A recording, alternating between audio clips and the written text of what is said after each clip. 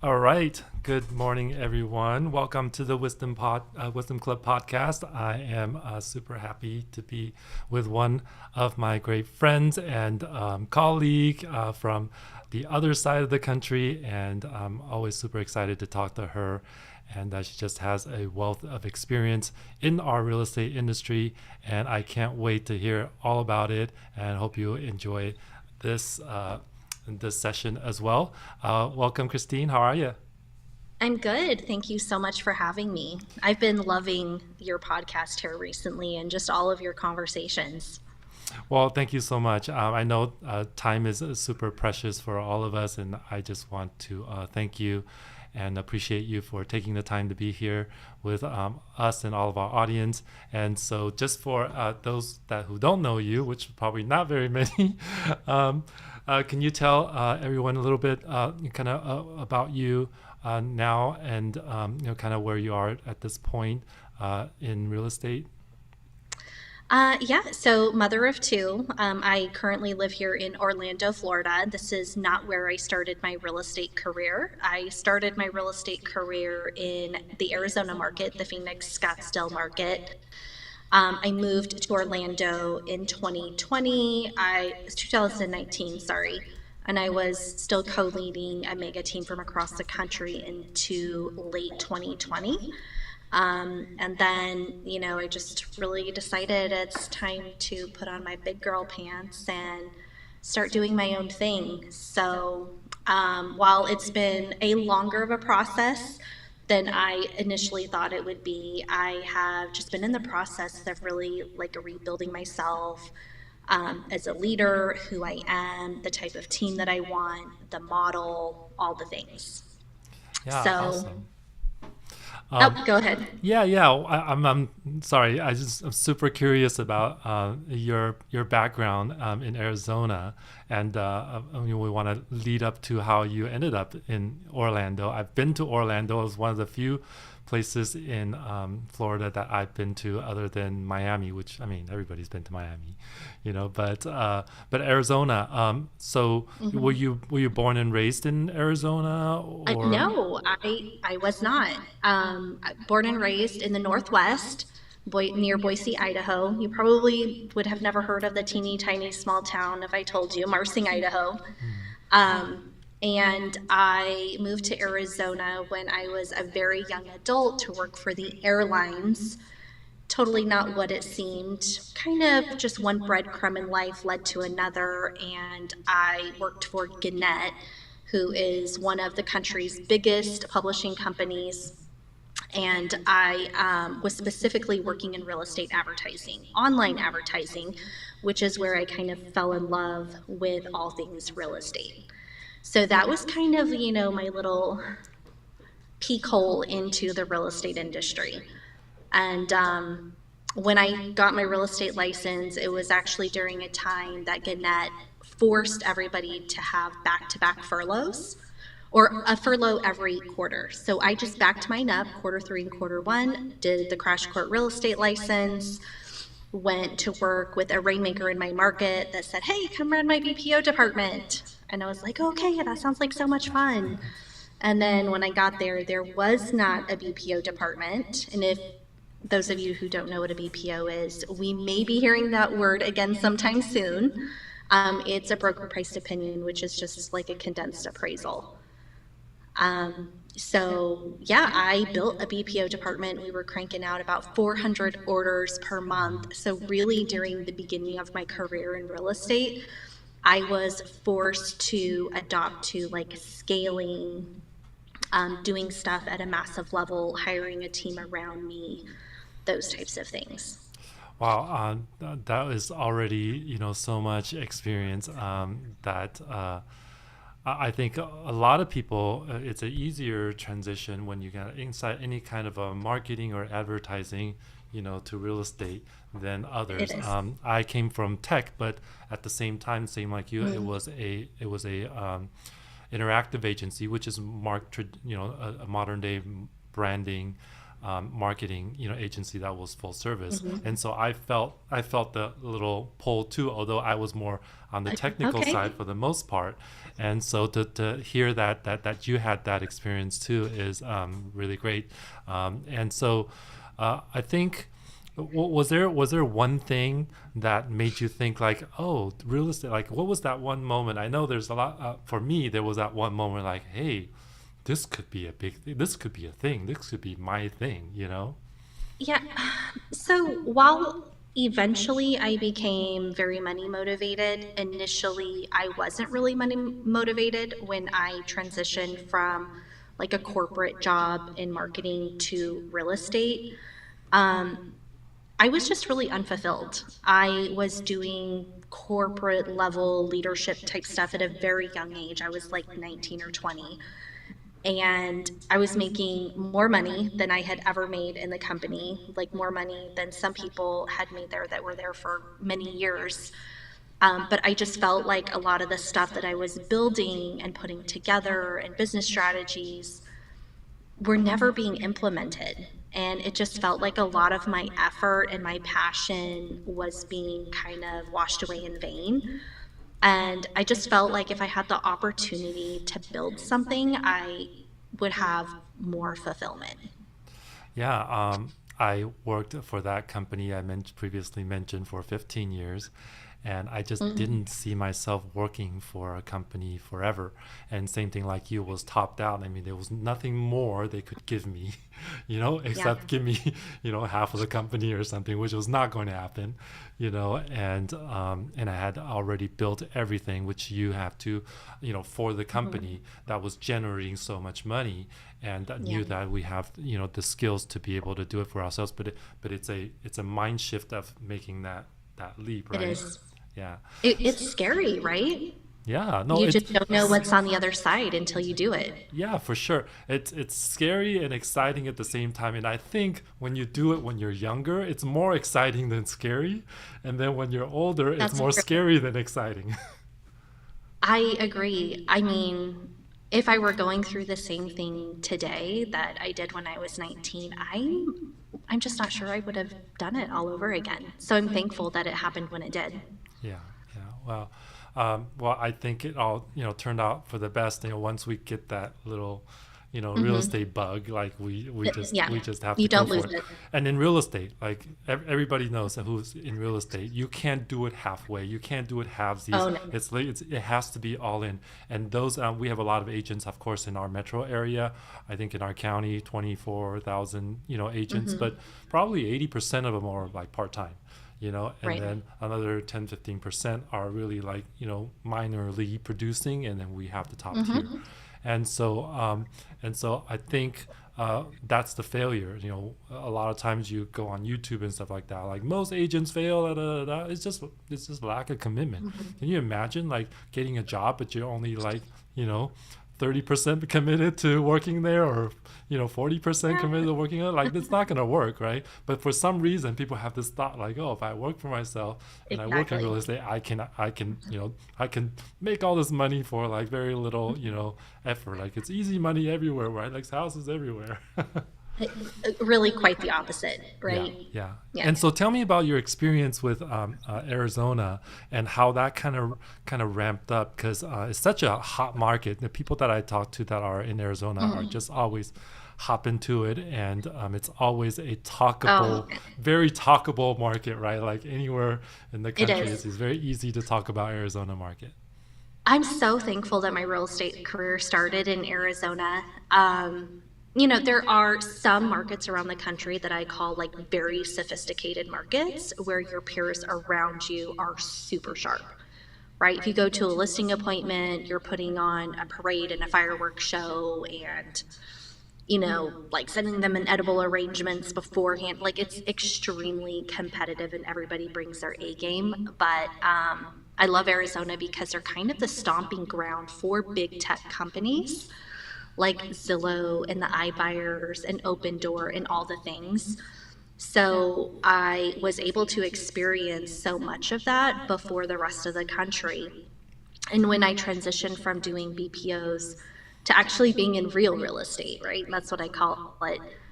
I just kind of told myself I'm working like 18 hours a day for a $75 check that I have to split like 6 ways for lots of different people. Like, the only thing holding me back was confidence.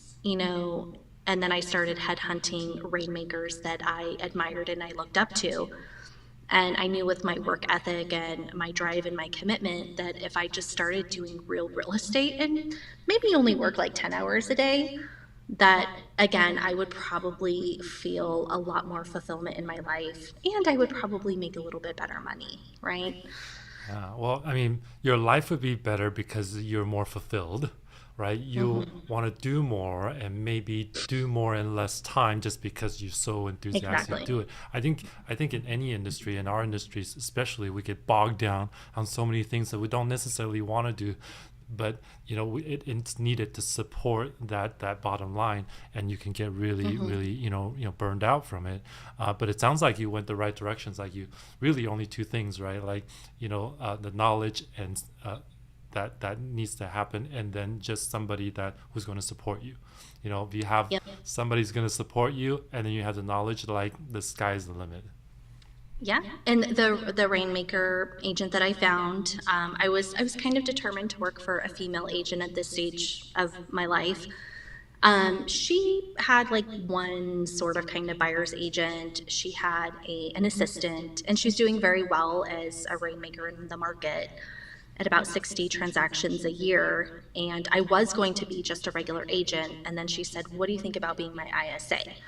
And I just kind of naturally developed into like a business partner, the integrator role. I was managing all of our departments as they continued to grow, inside sales, outside sales, lead management, like all of it. And the time that we had together, 2015 until I exited in 2020, we had like a quantum leap almost every single year. Yeah, So I learned a amazing. lot, and I'm so thankful for the experience. And I feel like that market is so far ahead of the Florida market, surprisingly. So being here and now working in this market, I feel like I'm able to anticipate a lot of things. Hmm. Yeah, it's probably a little sleepier because people go there to retire, and go there, and but, I mean, great market because the weather is great, it's warmer, throughout the year, but also Hmm. people kind of like lay back a little bit. Anywhere where you're near around like warmth and water, like people just lay back, like Hawaii, like you just cut your time in half, whatever you're gonna Yeah. do, because it's always half as fast as everywhere else. It has its upsides and its downsides. Like I said, Arizona was a very sophisticated market. Everybody had to have a high level of professionalism and skill set in any transaction. Here, we're catching up. Yeah, that's great because it'll put yourself in position to be an expert among everyone else. So 100%. yeah, yeah. And coming from like a super sophisticated market to a market who hasn't innovated quite as quickly with like purchase contracts and things like that, certain addenda that we had in Arizona doesn't exist here in Florida. So, like, very quickly, it kind of elevated me to be able to implement certain negotiation strategies that, like, a lot of people just weren't familiar with here. Yeah, it's super interesting. Like you landed the right roles at the right times. If I were to Yeah. hire a team member and if they told me, like I did BPOs for a number of years, and if I was an ISA for 6 months or a year or 2 years or however it is, like Hmm. you're hired, because I wish that I had that same experience when I came on, because those are such critical parts. You have to know, and in case people who are listening that don't know what the BPO is, broker price. Um, uh, Opinion. Opinion. I was going to say option, but an opinion, which is basically an assessment of the property's value, the same like an appraisal, as you mentioned earlier. So that we know, so that investors or companies or home buyers could know what that was value, especially companies, because they want to know what that opinion is, that value is, so that they know whether they're going to make a business decision to buy it or not necessarily for them to live in. So it's very, Right. very important because they're hedging everything on this opinion, and it's an art, not a science. And I mean, It there's is. a lot of science to it, but there's that fudge factor that could swing one way or the other, and that's why it's so important in our industry. And those everybody is familiar with Zillow. And when Zillow doesn't work right, like you either love the house or you don't love the house because it was $5,000 more or $5,000 less, it makes a very big difference, which is why relying on Zillow has been kind of a sore spot, for agents. And then consumers don't really know any better, and it causes a lot of confusion. And so Yeah. BPOs is such an important part of more the commercial business aspect of residential or commercial real estate. And so I'm really happy to hear that somebody like you, had been doing that for many years. Because if I brought in an agent today, I was like, hey, do BPOs for a month and then let's check in and kind of see if you can get a Right. feel. Yeah. But we're not exactly in the kind of market where you can be like, hey, do all my BPOs, because we're Right. just not really in that market right now. But if you're a team leader and you do have a new agent and you want them to be able to develop the skill set of valuing property quickly, throw them like 20, 25 addresses from all different zip codes, various property types, and make them produce a CMA, right? And actually present verbally the data and why they chose the comps that they did and where they think this home should be priced at given the current market.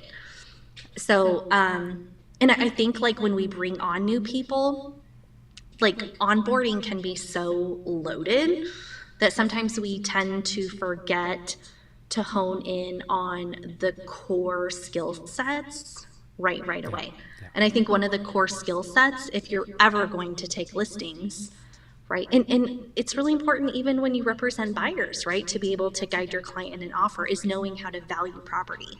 Yeah, I mean, this one skill, like we were talking about, right? This one skill either land you the deal or not, and come through with it, or if, like you said, as a listing agent, if it could either sell quickly or it could sell, you know, take a long time to sell, even expire just because the mistake of valuation, because what you start with, and you could swing $10,000 one way or the other, and it make a huge difference on how successful that listing is. And I don't think it gets talked about enough in our industry It doesn't. that this is the You're, skill, right? This is the you're skill. totally right. Yeah, the difference between agent is this. Right? How do they actually value stuff and why? And consumers don't know any better to even ask. And so I feel it's a True. very, very needed subject. And maybe I'll bring you on just for that, some other time. But the Yeah. other critical skill, right? Oh, sorry to cut you off. The other critical skill is the ISA role. Were you going to say something? Oh, I was just saying we kind of accidentally fell into that fun topic of valuing property. Yeah, no, absolutely. Like, dude, that's what we love. We love, like, hey, this is the juice, of the experience of the people that we bring on here. But then the ISA role, also an extremely valuable, task and role, because if you couldn't, get the initial buy-in in the front, like, there's no chance to convert really.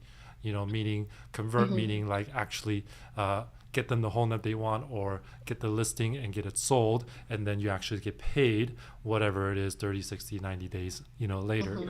So Right. talk about that a little bit. What was your feeling experience? Because I know you're such a operator and like driven and Yeah, things like that, and it's usually a little harder for most people like that.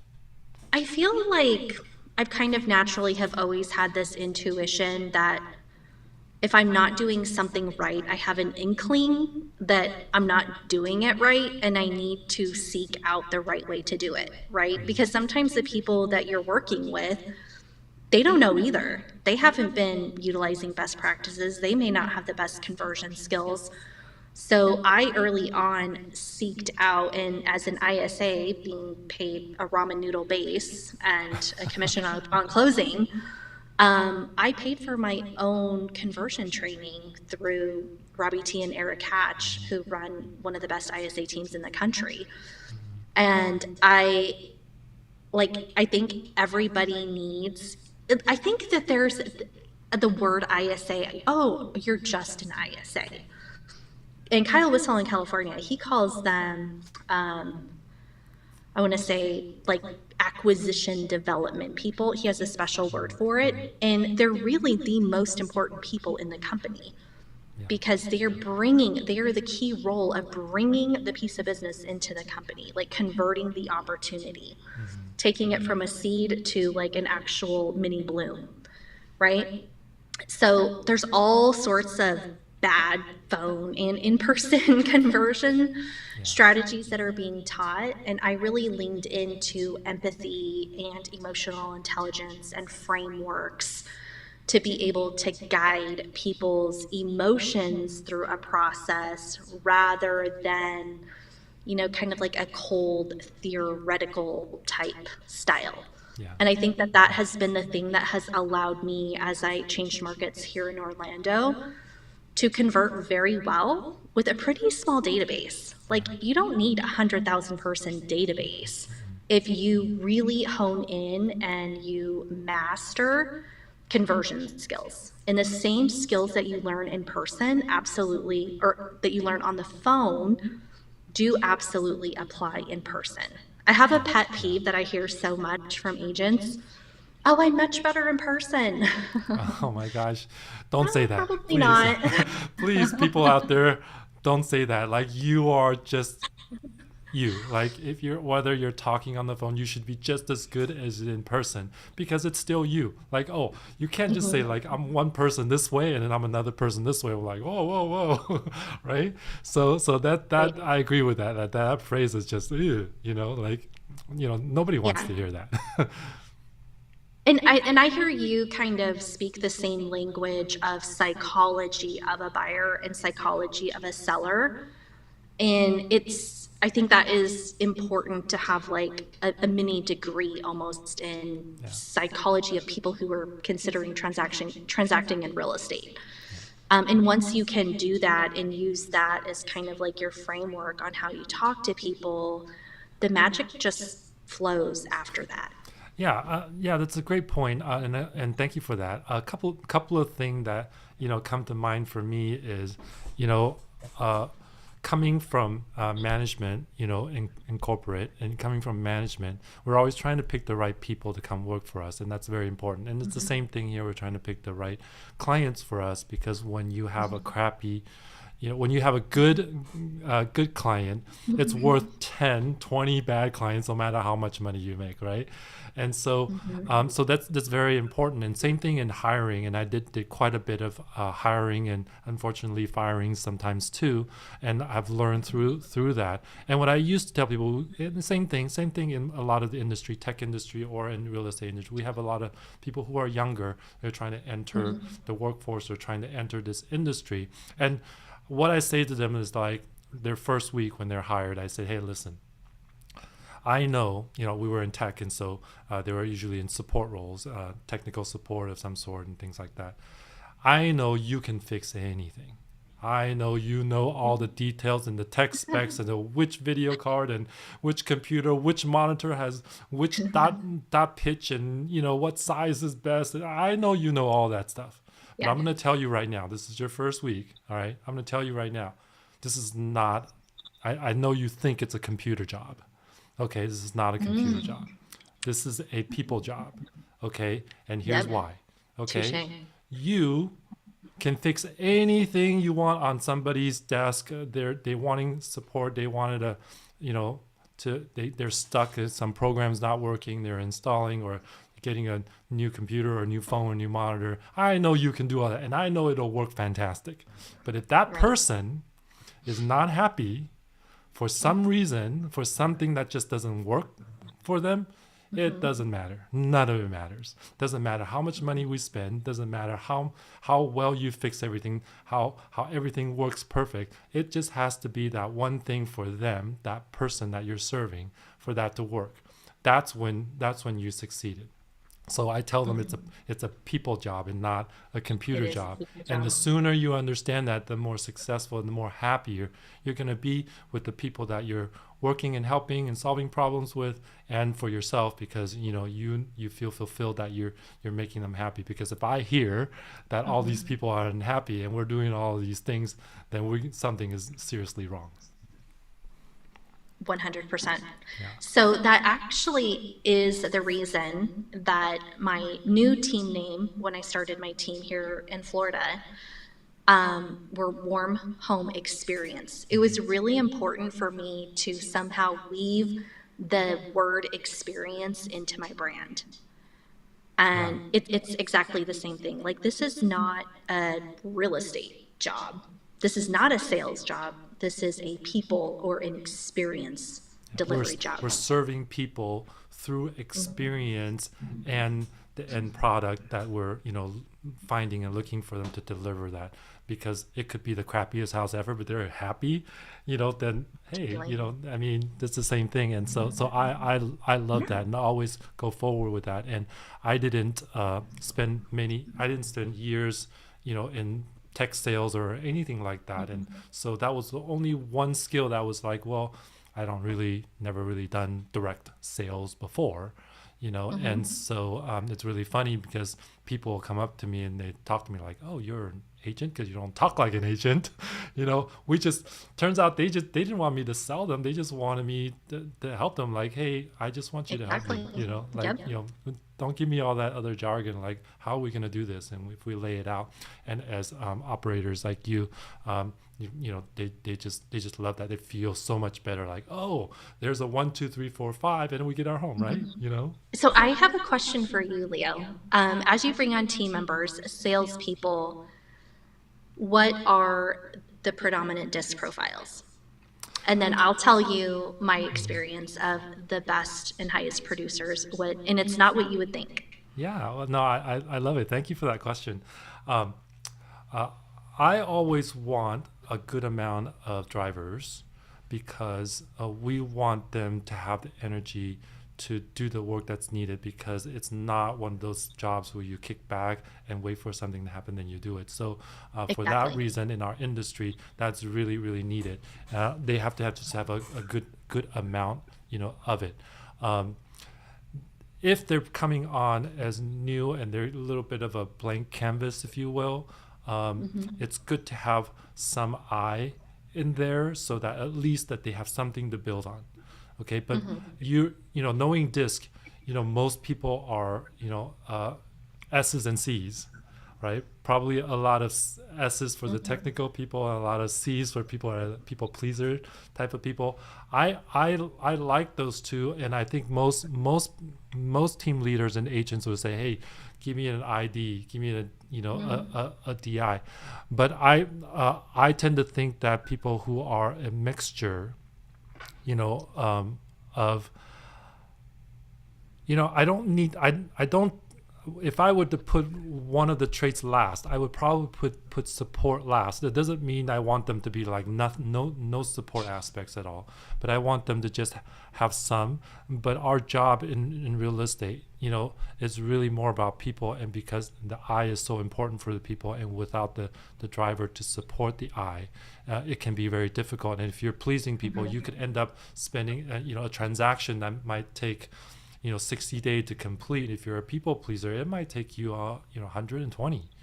And so Yeah. that could be the difference between failure and success. And so I want to just say that I would say an ID would be ideal, which are kind of more Okay. rare.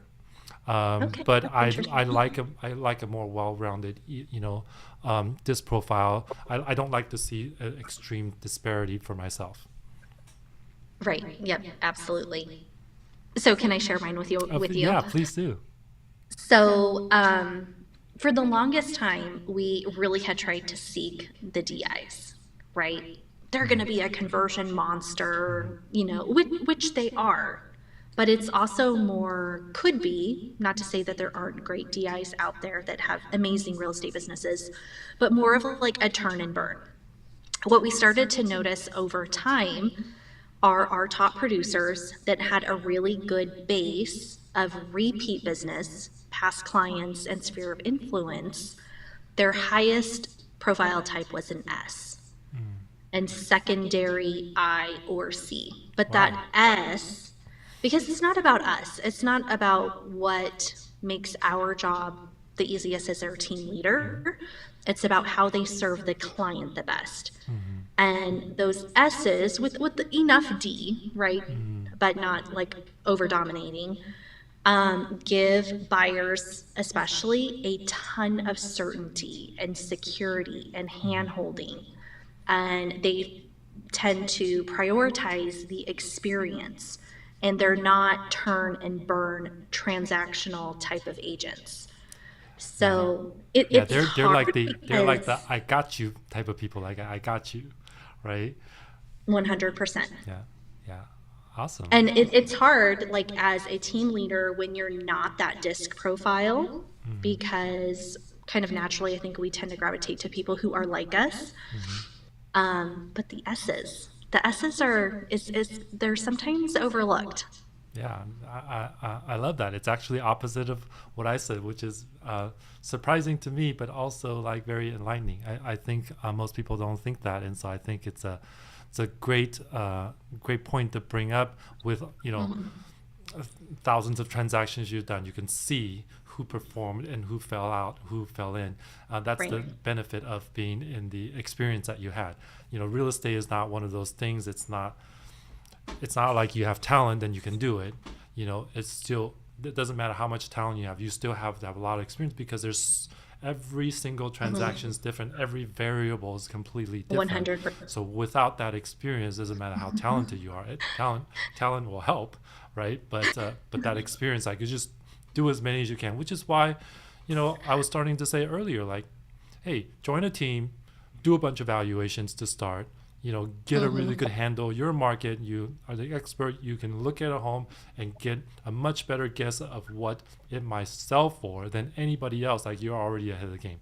Second, being able to talk to people, whether on the phone or in person, as an ISA role, and you do that all day, every day, you know, Exactly. you start put together the different personality that they might encounter as buyers or sellers, and then you can do that side of it. And then when you're through with that, like, that's the training you should have in a team. If I had my way in the world, which is never going to happen, is is that every agent, they pass their license, they do valuations, they talk on the phone, then they can think about which direction they want to go, what speaks to them, and then what they need to do, from there. But that's unfortunately not the case, and so many people kind of fumble around through Yeah. stuff many years until they kind of figure out, like, okay, this is what I need to do. But also, a lot of people get discouraged and they just end up doing what they have to do, which is not very joyful for anybody. It might make them a living, like you said, just Yeah. very transactional. So that's the wealth of knowledge. I love that you talked about those things. So let's talk about what you got going on today. What's exciting, and we kind of just Yeah. jump time here, and then just catch us up on the more recent thing, Yep. and maybe even speak about the market where you are in Orlando. Market is super weird here. Super weird. I'm in a units-based market. You're more in a volume-based market. Um, Homes that are completely ready to go on the resale side, do nothing, move in, have some updates, are selling with multiple offers in very few days. But homes that are even a little bit quirky, buyers are super, super picky right now because of where interest rates are at. And those homes are having longer days on market. It's more of a friction relationship with the sellers, because their sense of reality may be, in the past and not where the interest rates are right now, and having a grasp on how that affects buyer sentiment. So there are, just some things that we're dealing with here in the market. The last 2.5 years of real estate have been, I feel like the word whiplash has been the best word that I could find. A little bit of jolt forward, a little bit of jolt back, because there has just been so many constant shifts. my team, we really didn't feel a shift that everyone else was talking about at the end of the year. We were like insanely busy all through the end of the year. Mm-hmm. And then every January, we always have more appointments than we have in any other month. I think that's partly seasonally because everybody wakes up and their resolution is to make a move. Mm-hmm. But then I noticed we were writing fewer contracts than we had written since August and September. Mm-hmm. So I will say probably mid-January is really when I started to feel a shift in things. Mm-hmm. And I think that once the lag of the shift catches up, then there's just a new sort of a shift happening. Yeah. Yeah. So this year, I think we just have to be really flexible as real estate professionals and be committed and very humble about what we implement into our business and not taking on a mindset of I'm too good for anything. Right? Every person on the team is a salesperson. Everybody needs to contribute to making this machine continue to go forward. Yeah. And mind you, everybody in the industry are already very flexible to begin with, as they need to be, and then they have to be more extremely flexible. You bring up a really good point because we feel that in our market too, maybe not at the same time. I almost feel like at this time we have a split market. We have a market that goes really fast, that sells really Yes. fast because it looks right, it's in the right area, it's and we're getting that multiple offers and sold in 3 days, sold in a week type of thing. That was still happening before the interest rate hikes and stuff like that. That happens still because there's still a lot of buyers and they're willing to pay that price, but it's got to be the right home. So that's the one market that's going on, right? And then you have the other market that's sort of like, oh my God, I'm bogged down by the interest rate. That home, it has an old kitchen or something like that, and doesn't matter like what price they put it at the moment. Almost like in the Yeah. past, if you put it low enough, like everybody just rushes in. We're not seeing that anymore, right? No. If it's Here low, too. people still don't care. They still don't want it, right? And so it's more driven about the presentation and how updated it is. When I guess people just don't want to do 100%. any renovation. They want to just move in. They don't have time for renovation. They don't have money for renovation. They don't want to do any of that stuff. And so it's like a two market. So every time we see a home, either for a buyer or we're doing a listing presentation, we assess that. Hey, is this this market home or is it this market home? If this is market home, hey, here's how we need to strategize and kind of see at least it's the top 20% of the homes that sell sooner rather than later. And then you have Yeah. the turnkey ready to go. Like, you want to maximize the price, there is a market for it. Like, we talk to the sellers like, hey, this house, okay, don't worry about all these other stuff that's on the Uh-huh. market that's not selling. And that's why it gets me frustrated a little bit, because a lot of people are doing these market updates and it's too broad. It It doesn't is. speak to either of these markets. So you could be one or the other and you have no idea, and it could say the wrong thing, and it could for this and could say the wrong thing for that. So I know you're really big on like diagnostic. So maybe this is a really great diagnostic to build into your first seller meeting, right? Right now we see a split market, type A, type B. Like, which one do you think you are? This is the one that I think you are based on X, Y, and Z.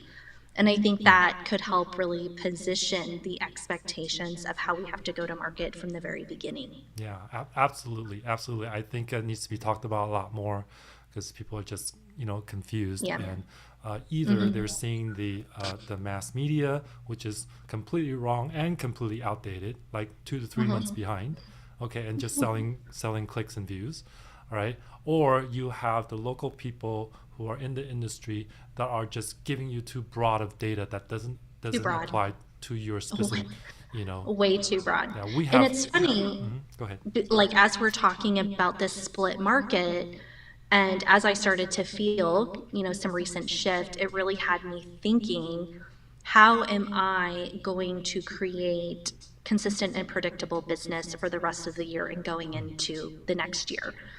And I really feel, I'd love to know what your thoughts are, that we have to create a plan for both types of markets, both types of buyers.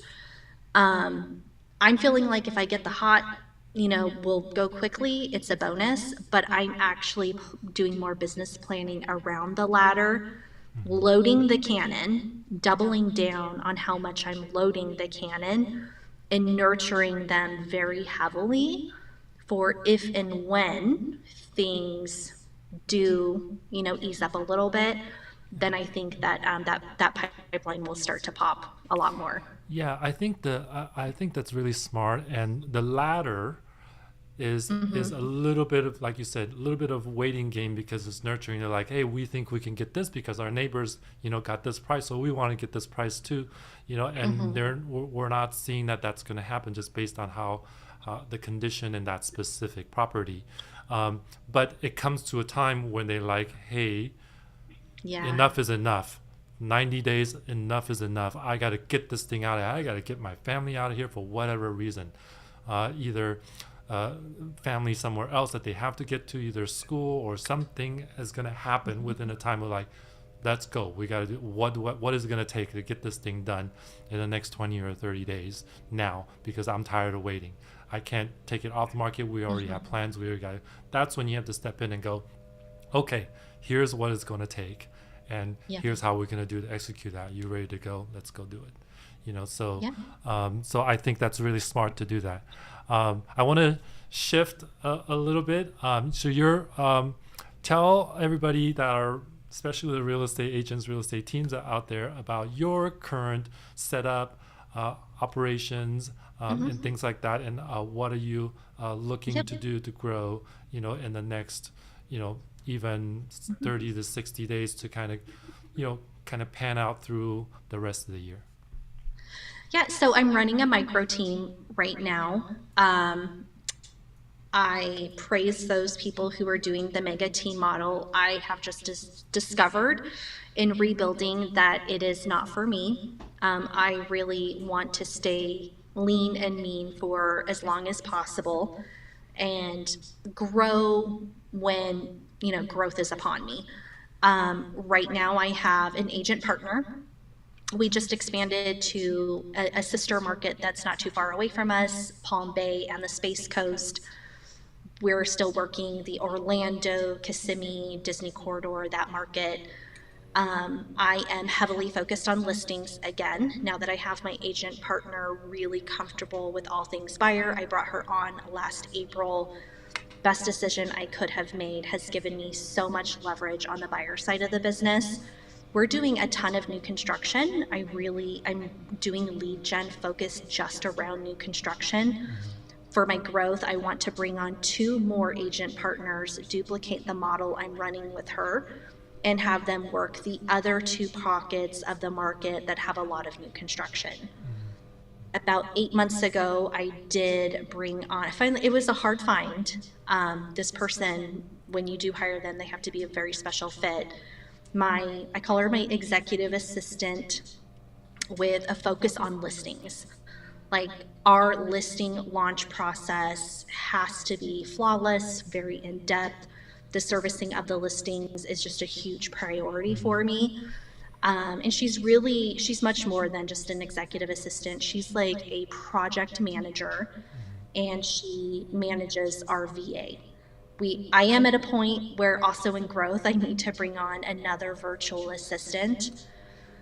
Um, I'm hesitant sometimes to think about bringing on traditional agents. However, I'm open to it. I've grown a team on that model before, but it would just really have to be a very, very good fit. So most people call this model a showing partner model. I call it an agent partner model. I feel like these agents, when they do grow up to be regular agents, they're much more educated and experienced. They spend a lot of time doing ISA work on the phone, and they also spend a lot of time pulling comps and valuing properties. And they also spend a lot of time in the field being inventory experts. Yeah, perfect. I mean, one's more technical and the other one is more Mm-hmm. people driven, and so between the two, those are the necessary skill set for quality member and also quality team.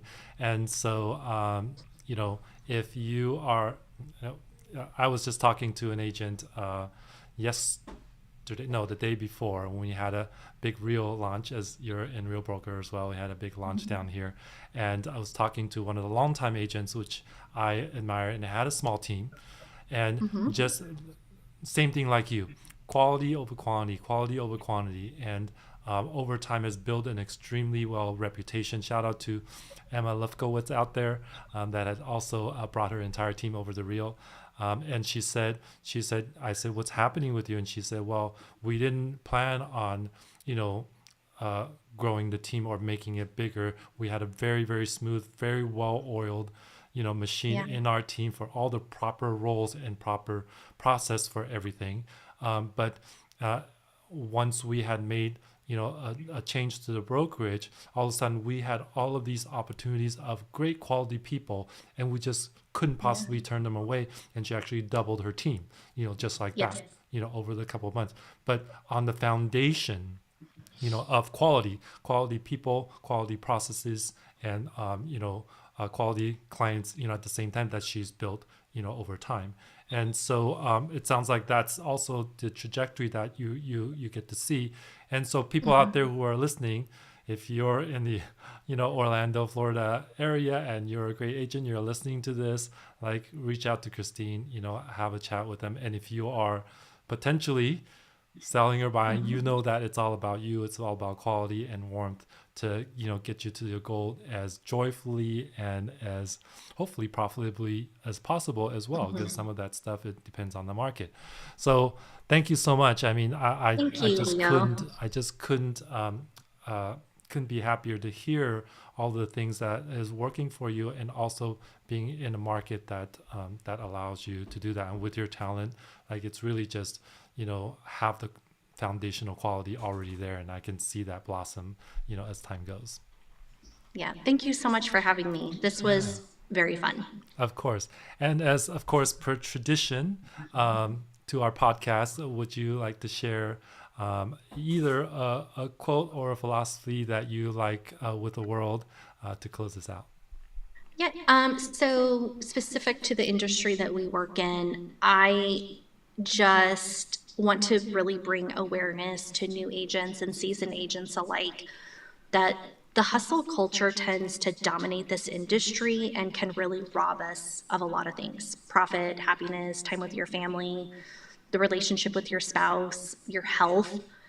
And I just encourage you to assess that every once in a while. If you're a new agent, do a lot of interviewing with other teams and other agents like within that brokerage, and just understand how they tackle this. I encourage people to explore relationships with people who have rejected the hustle culture and are more about quality of life and feeling very fulfilled, right? Because the hustle culture leads to burnout very quickly. Yeah, we're both in a very dedicated, small, very quality mastermind. I believe it's the best in the world, and we have a great leader, in us. And for many years now, years, had drilled into us that you want to do everything with the ELF method, the ELF method, and it stands for easy, lucrative, and fun. And Christine, you embody that all throughout, and I appreciate you and just love having you as part of our network. And looking forward to all the great things that you have going for you. And I appreciate you again. And thank you so much. We'll have you back another time for another special edition. Thank you, everybody. And hope you're all having Awesome. a great day out there. I appreciate you. Bye.